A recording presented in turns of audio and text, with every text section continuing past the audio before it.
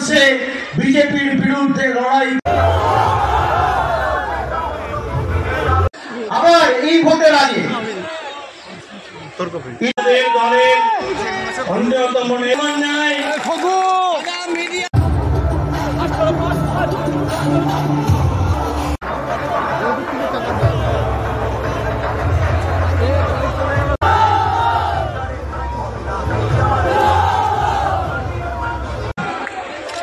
এই গরমে প্রায় 42-44 ডিগ্রি তাপমাত্রা, গ্রীষ্মের তীব্র দাবদাহকে উপেক্ষা করে, তীব্র গরমকে উপেক্ষা করে যারা আমাদের সাথে আজকে পায়ে পা মিলিয়েছেন তাদেরকে শত কোটি প্রণাম।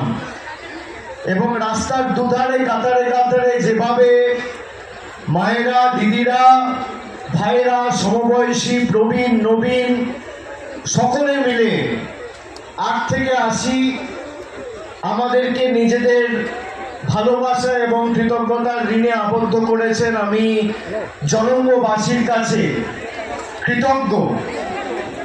আজকের এই জনসমাবেশ বা এই জনপ্লাবন প্রমাণ করছে যে আগামী 7 তারিখ দ্বিতীয়বার তৃণমূল কংগ্রেসের বিপুল জয়। মুর্শিদাবাদের মাটি থেকে শুধু সময়ের অপেক্ষা।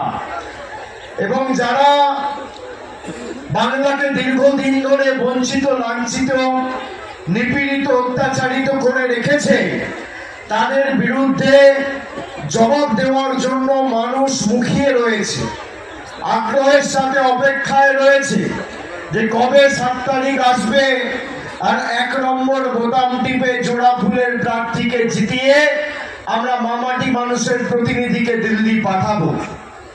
আপনারা জানেন এই লোকসভা কেন্দ্রে 2019-এ তৃণমূল কংগ্রেস জয়লাভ করার পরে অনেক চেষ্টা করেছে বিজেপি। কোভিডের সময় অপরিকল্পিত লকডাউন থেকে শুরু করে মানুষকে হয়রানির শিকার করে, নিপীড়িত, বঞ্চিত, লাঞ্ছিত, অত্যাচারিত, শোষিত করে রাখা প্রায় 2 বছর ধরে গরিব মানুষের 100 দিনের টাকা এই জনবিরোধী সাম্প্রদায়িক বিজেপি সরকার বন্ধ করে রেখেছিল।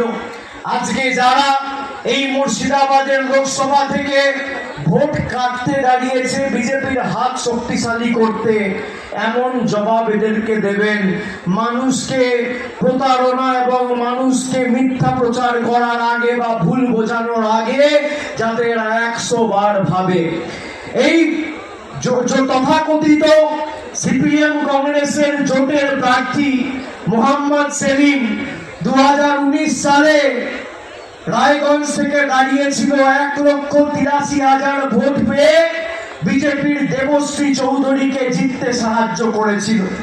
আর একদিকে ছিল দীপা দাসমুন্সি, প্রায় 83,000 ভোট পেয়ে দেবশ্রী চৌধুরী বিজেপির প্রতিনিধিকে মোহাম্মদ সেলিম আর দীপা দাসমুন্সি জিতিয়েছিল।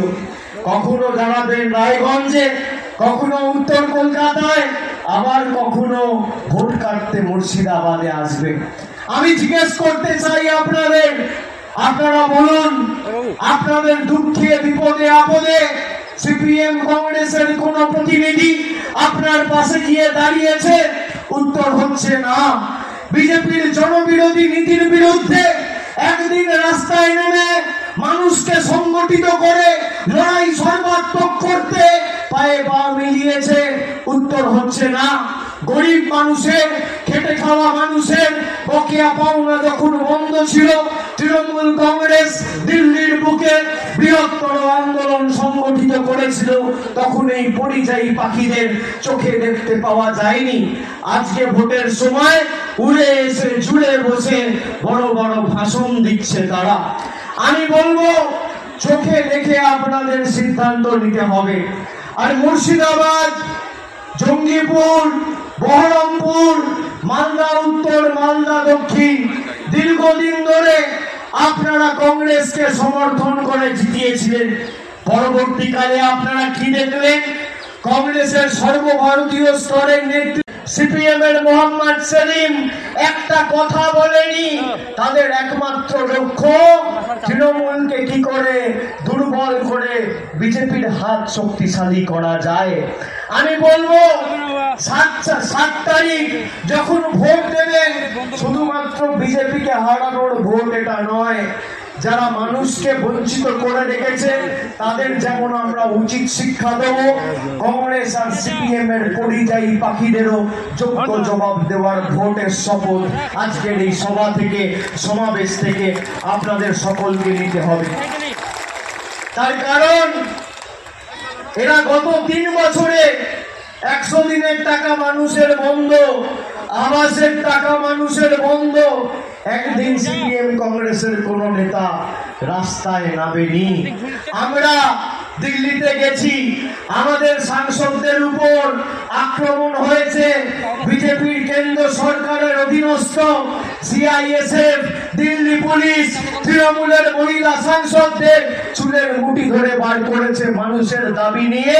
মুর্শিদাবাদ, মালদা, বাংলার মানুষের দাবি নিয়ে তারা আন্দোলন করতে গেছে বলে।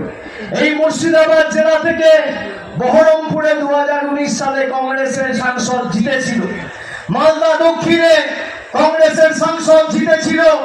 এই দুজনকে কোনোদিন আমরা পাশে পাইনি বিজেপির বিরুদ্ধে লড়াই করতে গিয়ে। আপনি দেখুন এদের আদর্শ, এদের মতাদর্শ, দর্শন বলে কিছু নেই।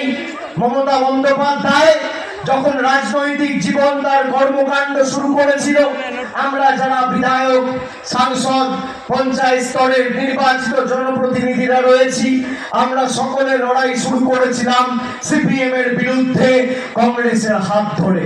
মমতা বন্দ্যোপাধ্যায় 90 এর দশকে বলেছিল যে এই বাংলার কংগ্রেস সিপিএম এর বি টিম, যদি বাংলা থেকে সিপিএম কে উৎখাত করতে হয় তাহলে কংগ্রেসের বাংলার নেতাদের হাত ধরে সেই স্বপ্ন কোনোদিন পূরণ হবে না। তাই তিনি তৃণমূল কংগ্রেস তৈরি করেছিলেন। আপনি আজকে কি দেখছেন? 90 এর দশকে মমতা ব্যানার্জি যে কথা বলেছেন সেটা আজকে অক্ষরে অক্ষরে পালন হতে দেখছেন, তার বাস্তবায়ন দেখছেন। যে সিপিএম এর কারণে কংগ্রেসের হাজার হাজার লক্ষ লক্ষ কর্মীদের উপর আক্রমণ হয়েছে, হাতে বোম মেরেছে, বন্দুক দিয়ে মেরেছে, বন্দুকের বাট দিয়ে মেরেছে, গুলি করেছে, কুপিয়ে খুন করেছে। আজকে কংগ্রেসের নেতা অধীর চৌধুরী মোহাম্মদ সেলিমকে পাশে নিয়ে সিপিএম এর উত্তরীয় পরে আর হাতে লাল পতাকা নিয়ে ইনকলাব জিন্দাবাদের স্লোগান দিচ্ছে। নিজেদের রাজনৈতিক স্বার্থ চরিতার্থ করতে আজকে কাস্তে হাতুড়ির সাথে মিলে গেছে কংগ্রেসের হাত। আর অধীর বাবু আর মোহাম্মদ সেলিম মিলে খাচ্ছে সাইবাড়ির রক্ত মাখা ভাত। এই হচ্ছে কংগ্রেসের আসল চেহারা। আদর্শকে নিয়ে কোনোদিন আমরা কম্প্রোমাইজ করিনি, আমরা আদর্শকে দিল্লির বুকে বিক্রি করিনি, আদর্শের সাথে আপোষ করিনি।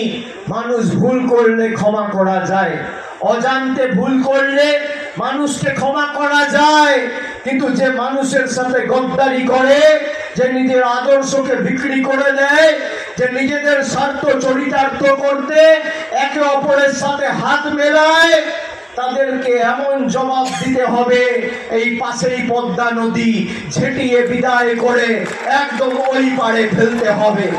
আজকের সভার এটাই প্রতিশ্রুতি। প্রধানমন্ত্রী 4 দিন আগে সভা করে বলছে যারা মাছ খায় তারা দেশ বিরোধী। আপনারা কারা মাছ খান একটু হাত তুলুন তো। কারা মাছ খান? খান কি খান না? আমি আগে দিনে 1 বার খেতাম, এখন 2 বার খাই। মাছ খাই, বাঙালিকে বলছে দেশ বিরোধী। যে বাঙালির জন্য দেশে স্বাধীনতা এসছে, যে বাঙালির জন্য বর্ণ পরিচয়ের স্রষ্টা ঈশ্বরচন্দ্র বিদ্যাসাগর না থাকলে আজকে নামটাও লিখতে পারতে না, রামমোহন রায় না থাকলে সতীদাহ প্রথা আজকে রোধ হতো না। আমার বাবা বা আপনার বাবা মারা গেলে সেই চিতায় ঝলসে পুড়ে আমার মা বা আপনার মাকে মৃত্যুবরণ করতে হতো। স্বামী বিবেকানন্দ না থাকলে বিশ্ব ধর্ম সম্মেলনে ভারতবর্ষের নাম উজ্জ্বল করার মতো একজন ব্যক্তি পেতেন না। নেতাজি সুভাষচন্দ্র বোস না থাকলে আজাদ হিন্দ ফৌজ তৈরি করে ব্রিটিশদের ভিত নড়িয়ে দেওয়ার মতো একজন বাঙালি পেতেন না। আর মমতা বন্দ্যোপাধ্যায় না থাকলে আজ সিপিএম এর বোম বন্দুকের নিচে মাথা নিচু করে আমাদের বেঁচে থাকতে হতো। এই বাংলা নবজাগরণ থেকে স্বাধীনতা আন্দোলন সংগ্রাম বারে বারে পথ দেখিয়েছে। জবাব দেবে তৈরি থাকুন, চলবে না অন্যায়, আদালতে হতে হবে বন্দী। আমি খালি আপনাদের অনুরোধ করব, ব্যবধানটা বাড়াতে হবে। যে এবার 2.5 লাখ 2 লাখ নয়, 4 লাখের বেশি ব্যবধানে আবু তাহের খান এবং জোড়াফুলের প্রার্থী মমতা ব্যানার্জির প্রার্থী, মামাটি মানুষের প্রার্থী, খেটে খাওয়া মানুষের প্রার্থী, বাংলার প্রার্থী, তাকে জেতাতে হবে। শপথ আপনাদের সকলকে নিতে হবে। আমরা চেয়েছিলাম বাংলায় বিজেপিকে লড়াই করতে গেলে একমাত্র তৃণমূল কংগ্রেসই পারে এদেরকে উৎখাত করতে। আমরা ইন্ডিয়া জোটের সময় বারে বারে বলেছি যে যে যেখানে শক্তিশালী তার হাত সেখানে আপনারা শক্তিশালী করুন। কংগ্রেসের সর্বভারতীয় নেতা নেতৃত্ব তারা সহমত পোষণ করেছিল।